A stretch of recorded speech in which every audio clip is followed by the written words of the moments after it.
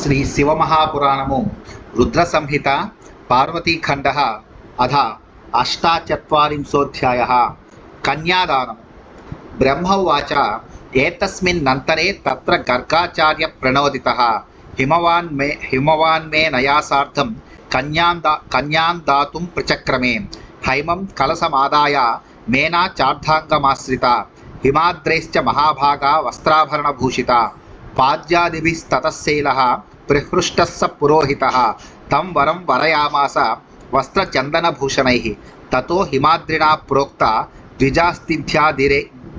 ద్విజాస్థిత్యాది కీర్తనే ప్రయోగో భన్యతం తావదస్మిన్ సమయ ఆగతే. బ్రహ్మ ఇట్లు పలికెను. ఇంతలో అచట గర్గాచార్యునిచే ప్రేరేపింపబడిన హిమవంతుడు మేనతో కూడి కన్యాదానమునకు ఉపక్రమించెను. పుణ్యాత్మురాలకు మేన నూతన వస్త్రములను ధరించి సొమ్ములను పెట్టుకొని బంగారు కలసమును చేతబట్టి హిమవంతుని ప్రక్కన కూర్చుండెను. అప్పుడు హిమవంతుడు పురోహితునితో కూడి పాద్యము, వస్త్రము, చందనము, అలంకారము మొదలగు వాటితో ఆ వరుని ఆనందముగా పూజించెను. అప్పుడు హిమవంతుడు బ్రాహ్మణులను సమయమున కాగానే తిథి మొదలగు వాటిని కీర్తించి వివాహ ప్రయోగమును పఠించుడు అని కోరెను. తథేతి చోక్త్వాతే సర్వే కాలజ్ఞా ద్విజసత్తమాః తిథ్యాది కీర్తనం చక్రుః ప్రీత్యా పరమ నిర్వృతాః. తతో హిమాచలః ప్రీత్యా శంభునా ప్రేరితో హృదా సూతీకృత పరేసేనే విహసన్ శంభుమబ్రవీత్. కాలజ్ఞాన పండితులకు ఆ బ్రాహ్మణోత్తములు అందరూ అటులని అని పలికి పరమానందముతో తిథి మొదలగు వాటిని కీర్తించిరి. అప్పుడు హృదయమునందు శంభునిచే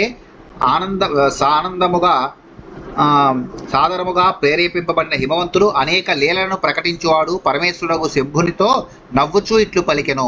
స్వగోత్రం కథ్యతాం శంభో ప్రవరశ్చ కులం తథా నామవేదం తథా శాఖాం మాకార్షీహి సమయాత్యయం. హే శంభో, నీవు సమయము దాటిపోకుండా నీ గోత్రమును, ప్రవరను, కులమును, పేరును, వేదమును, వేదశాఖను చెప్పుము. బ్రహ్మోవాచ ఇత్యాకన్య వచస్తస్య హిమాద్రే శంకరస్తదా సుముఖో విముఖ సద్యోప్య శోచ్యతాం గతః.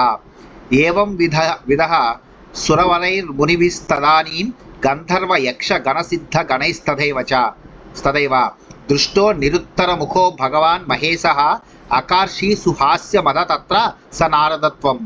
వీణామవాదయస్త్వం హి బ్రహ్మ విఘ్నోధ నారద శివేన ప్రేరితస్తత్ర మనసా శంభుమానసః. బ్రహ్మ ఇట్లు పలికెను. హిమవంతుని ఈ మాటను విని శంకరుడు ఆ క్షణంలో సుముఖుడుగా ఉన్నవాడు విముఖుడాయను. శోకింపదగనివాడు వెనువెంటనే శోచనీయమగు స్థితిని పొందెను.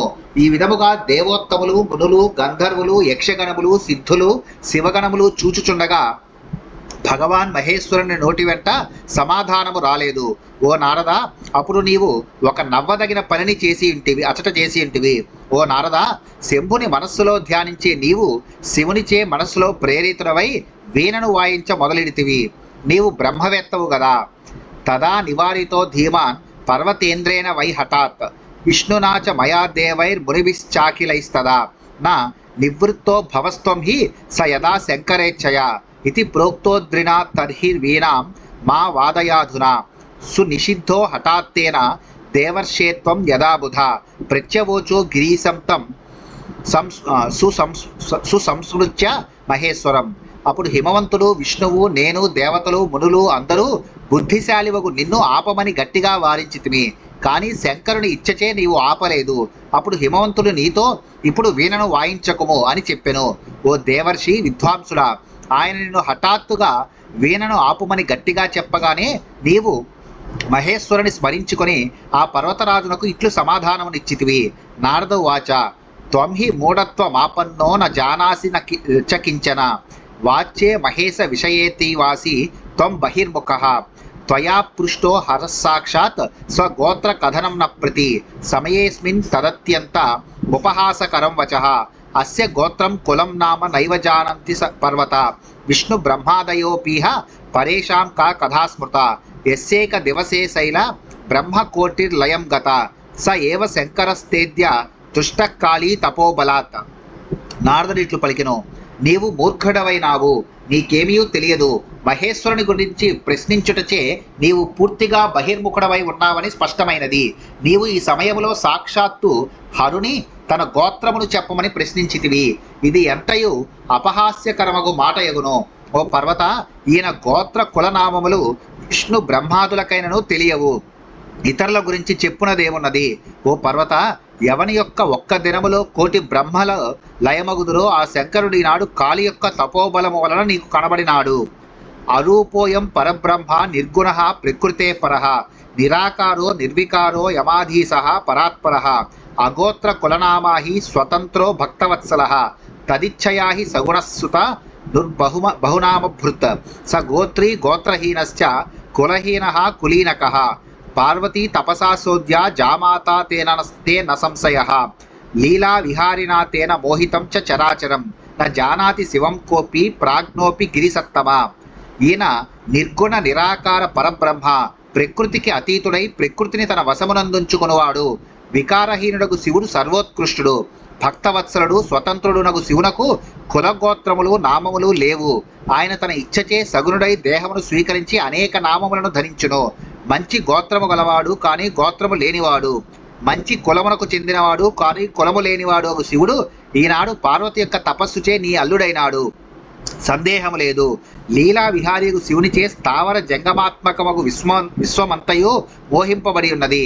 ఓ పర్వత శ్రేష్ఠ, శివుని పండితులు కూడా ఎరుంగజాలరు. లింగాకృతేర్మహేశస్య కేన దృష్టం నమస్తకం విష్ణుర్గత్వా హి పాతాళం తదేనం నాపవిస్మితః కిం బహూక్త్యా నగశ్రేష్ఠ శివమాయా దురత్యయ తదధీనాస్త్రయో లోకా హరిబ్రహ్మాదయోపి చ తస్మాత్ త్వయా శివతాత సువిచార్య ప్రయత్నతః న కర్తవ్యో విమర్శోత్ర త్వేవం విదవరే మనాక్. మహేశ్వరుడు లింగాకారమును ధరించగా ఆయన అగ్రభాగమును ఎవరికినీ కానరాలేదు. విష్ణువు పాతాళమునకు వెళ్ళి ఆ లింగము యొక్క మూలమును గనజాలక చకితుడైనాడు. ఓ పర్వతరాజా, ఇన్ని మాటలేలా. శివమాయను దాట సఖ్యము కాదు. విష్ణు బ్రహ్మాదులతో సహా ముల్లోకములు శివమాయకు అధీనములై ఉన్నవి. కావున పార్వతీ జనకుడవగు నీవు జాగ్రత్తగా విచారించుకొనుము. ఇటువంటి వరుణి విషయంలో అల్పమగు విమర్శ అయినను ఈ సమయంలో చేయదగదు. బ్రహ్మోవాచ ఇత్యుక్త్వా త్వం మునే జ్ఞాని శివేచ్ఛా కార్యకారకః ప్రత్యవోచః పునస్తం వై శైలేంద్రం హర్షయన్ గిరా. బ్రహ్మ ఇట్లు పలికెను, ఓ ముని జ్ఞాని, శివుని ఇచ్ఛననుసరించి పనులను చక్కబెట్టువాడు అగు నీవు ఇట్లు పలికి పర్వతరాజునకు నీ మాటలచే ఆనందమును కలిగిస్తూ మరలా ఇట్లు పలికితివి. నారదౌవాచ శృణుతాత మహాశైల శివా జనకమధ్వచః తచ్చుత్వా తనయాం దేవీం దేహీ త్వం శంకరాయహి సగుణస్య మహేశస్య లీలయా రూపధారిణః గోత్రం కులం విజానైహి నదమేవ హి కేవలం శివో నాదమయః సత్యం నాదశివమయస్తథా ఉభయోరంతరం నాస్తి నాదస్య చ శివస్య చ సృష్టో ప్రథమజత్వాద్ధి లీలా సగుణరూపిణః శివాన్నాద్దస్య శైలేంద్ర సర్వోత్కృష్టస్తతః సహి అతో హి వాదితా వీర ప్రేరితేన మయాజ్యా వై సర్వేశ్వరేణ మనసా శంకరేణ హిమాలయ. నారదుడిట్లు పలికెను, వత్స మహాపర్వతరాజ, పార్వతీ జనక, నా మాటను వినుము. విని నీ కుమార్తెకు పార్వతీదేవిని నీవు శంకరునకిమ్ము. సుగుణుడు లీలారూపధారియకు మహేశ్వరుని కులగోత్రములు కేవలము నాదము మాత్రమే అని ఇరుంగుము. శివుడు నాదస్వరూపుడు, నాదము శివస్వరూపము. ఇది సత్యము. నాదశివులకు ఇద్దరికీ భేదము లేదు. ఓ పర్వతరాజా, లీలచే సగుణ రూపమును స్వీకరించిన శివుడి నుండి మున్ముందుగా నాదము సృష్టింపబడుటచే అది సృష్టిలో సర్వశ్రేష్టమై ఉన్నది. అందువలననే నేను ఈనాడు మనస్సులో సర్వశ్రేష్ఠుడగు శివునిచే ప్రేరితుడై వీణను వాయించితిని. ఓ హిమాలయ, తెలుసుకొనుము. బ్రహ్మోవాచ ఏతచ్చుత్వా తవ మునే వచస్తత్తు గిరీశ్వరః హిమాద్రిస్తోషమాపన్నో గత విస్మయమానసః అద విష్ణు ప్రభృతయా సురాశ్చ మునయస్తథా సాధు సాధ్వితి తే సర్వే ప్రోచుర్విగత విస్మయాః మహేశ్వరస్య గాంభీర్యం జ్ఞాత్వా సర్వే విచక్షణాః స విస్మయా మహామోదాన్వితాః ప్రోచుః పరస్పరం యస్యాజ్ఞయా జగదిదం చ విశాలమేవ జాతం పరాత్పరతరో నిజబోధరూపః సర్వసత్వం త్ర గతికృత్ పరభావగమ్యః సోసౌ త్రిలోకపతిరజ్య చ సుదృష్టః. బ్రహ్మ ఇట్లు పలికెను, ఓ ముని, నీ యొక్క ఈ మాటను వినిన పింబట పర్వతరాజుకు హిమవంతుడు గర్వమును వీడి మనస్సులో ఆనందమును పొందెను. అప్పుడు విష్ణువు మొదలగు దేవతలు మరియు మునులు తొలగిన గర్వము గల వారై బాగు బాగు అని పలికిరి. పండితులకు వారందరూ మహేశ్వరుని మహిమను ఎరింగి ఆశ్చర్యమును మహానందమును పొంది వారిలో వారు ఇట్లా అనుకొనిరి. ఎవని ఆజ్ఞచే ఈ విశాలమగు జగత్తు పుట్టినదో అట్టి ఈశ్వరుడు సర్వమునకు అతీతుడు. అతడు జ్ఞానస్వరూపుడు, మోక్షమునిచ్చువాడు ఆయననే.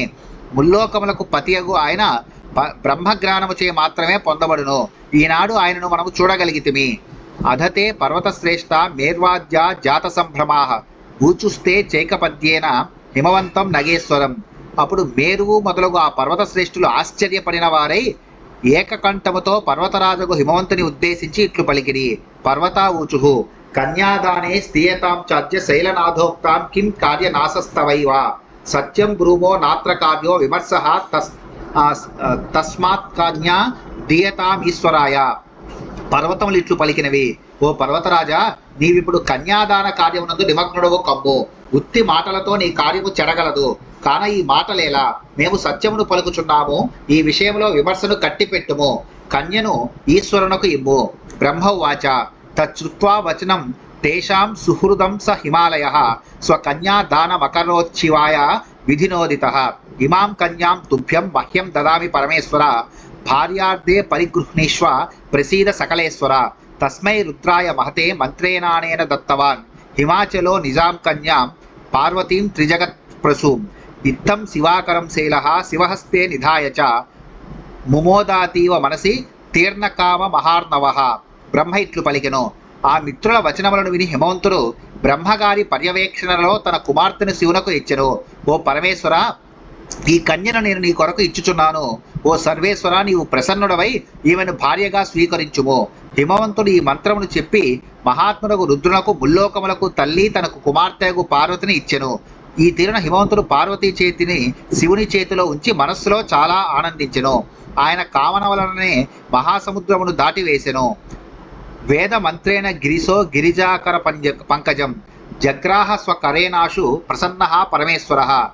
క్షితిం సంస్పృశ్య కామస్య క్రోధాదితి మనుమునే పపాట శంకర ప్రీత్యా దర్శయన్ లౌకికీం గతిం. మహోత్సవో మహానాసీత్ సర్వత్ర ప్రముదావహః బభూవ జయసంరావో దివి భూమ్యంతరిక్షకే. సాధు శబ్దం నమశబ్దం చక్రుః సర్వేతి హర్షితాః గంధర్వాః సుజగుః ప్రీత్యా నృతుశ్చాప్సరోగణాః. పరమేశ్వరుడు కైలాసపతి ప్రసన్నుడై వెంటనే వేదమంత్రమును పఠించి పార్వతి యొక్క పద్మము వంటి చేతిని తన చేతితో పట్టుకొనెను. ఓ ముని, శంకరుడు లోకాచారమును ప్రదర్శించిన వాడై భూమిని స్పృశించి కామస్య క్రోధాత్ ఇత్యాది మంత్రమును శ్రద్ధగా పఠించెను. అంతటా మహానందమునిచ్చే మహోత్సవము ఆరంభమయ్యెను. భూమి యందు అంతరిక్షమునందు స్వర్గమునందు జయధ్వానములు బయలుదేరును. అందరూ ఆనందముతో బాగు నమస్కారము అనుచుండిరి. గంధర్వులు ఆనందముతో పాడగా అప్సరసులు నాట్యమాడిరి. హిమాచలస్య పౌరాహి ముముదుశ్చాతి చేతసి మంగళం మహదాసీద్వై మహోత్సవ పురస్సరం. అహం విష్ణుశ్చ శక్రశ్చ నిర్జరా మనయోఖిలాః హర్షితా హ్యభవంశ్చాతి ప్రఫుల్ల వదనాంబుజాః. అధశేల వరస్సోదాత్ సుప్రసన్నో హిమాచలః శివాయ కన్యాదానస్య సాంగతాం సుయథోచితాం. తతో బంధుజనాస్తస్య శివాం సంపూజ్య భక్తితః దదుః శివాయ సద్ద్రవ్యం నానావిధి విధానతః.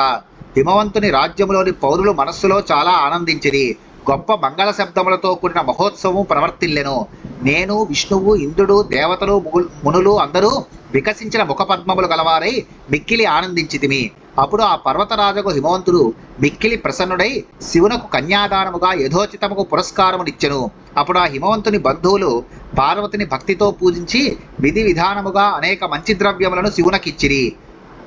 హిమాలయస్తుష్టమనాః పార్వతీ శివప్రీతయే నానా విధాని ద్రవ్యాని దదౌ తత్ర మునీశ్వర. కౌతుకాని దదౌ తస్మై రత్నాని వివిధాని చ చారురత్న వికారాని పాత్రాని వివిధాని చ. గవాం లక్షం హయానాం చ సజ్జితానాం శతం తథా దాసీనామనురక్తానాం లక్షం సద్ద్రవ్యభూషితం. నాగానాం శతలక్షం హి రథానాం చ తథా మునే సువర్ణ జటితానాం చ రత్నసార వినిర్మితం. ఓ మహర్షి, అప్పుడు సంతసించిన మనస్సు గల హిమవంతుడు శివపార్వతుల ఆనందము కొరకు బహు విధముల ద్రవ్యములను నొసంగెను. ఆయనకు వివిధ రత్నములతో చేసిన సుందరమగు ఆభరణములను, వివిధ పాత్రలను, రక్షాబంధములను ఇచ్చెను. 1,00,000 గోవులు, సవారీకి సజ్జితము చేయబడిన 100 గుర్రములు, చక్కని ఆభరణములతో అలంకరింపబడి అనురాగము కలిగిన 1,00,000 దాసీలు, కోటి ఏనుగులు కోటి బంగారు రథములు ఇయ్యబడెను. ఓ ముని, ఆ రథములలో శ్రేష్ఠ రత్నములు పొదుగబడెను. ఇత్తం హిమాలయో దత్వా స్వసుతాం గిరిజాం శివాం వివాహ్య పరమేశాయ కృతార్థతాం అద శైలవరో మాధ్యం దినోక్త స్తోత్రతో ముదా తుష్టావ పరమేశానాం సద్గిరా సుకృతాంజలి తతో వేదవిద తేనాజ్ఞప్తో మునిగణస్తదా శిరోభిషేకం చక్రుస్తే శివాయా పరమోత్సవాః దేవాభిదానముచ్చార్య పర్యక్షణ విధిం వ్యదుః మహోత్సవస్తదా చాసీన్ మహానందకరో మునే. ఈ విధముగా హిమవంతుడు తన కుమార్తెకు పార్వతిని పరమేశ్వరుడు శివునకు యథావిధిగా ఇచ్చి కృతార్థుడాయను. అప్పుడు ఆ పర్వతరాజు చేతులు జోడించి శుక్ల యజుర్వేద మాధ్యం దిన శాఖయందలి స్తోత్రమును చక్కని స్వరముతో పఠించి ఆనందముతో పరమేశ్వరుని స్తుతించెను. తరువాత వేదవేత్తయకు ఆ హిమవంతునిచే ఆజ్ఞాపింపబడిన మహర్షులు అప్పుడు పరమోత్సాహముతో పార్వతిని శిరస్సుపై అభిషేకించిరి. ఓ మునివారు అప్పుడు శివుని నామమును ఉచ్చరించి యథావిధిగా ప్రోక్షణములు చేసిరి. అచట మహానందమును కలిగించు మహోత్సవము ప్రవర్తిల్లెను. ఇది శ్రీ శివమహాపురాణే రుద్ర సంహితాయాం పార్వతీఖండే కన్యాదాన వర్ణనం నామ 48. శ్రీ శివమహాపురాణంలోని రుద్ర సంహిత ఎందు పార్వతీఖండలో కన్యాదాన వర్ణనమనే 48వ అధ్యాయము ముగిసినది.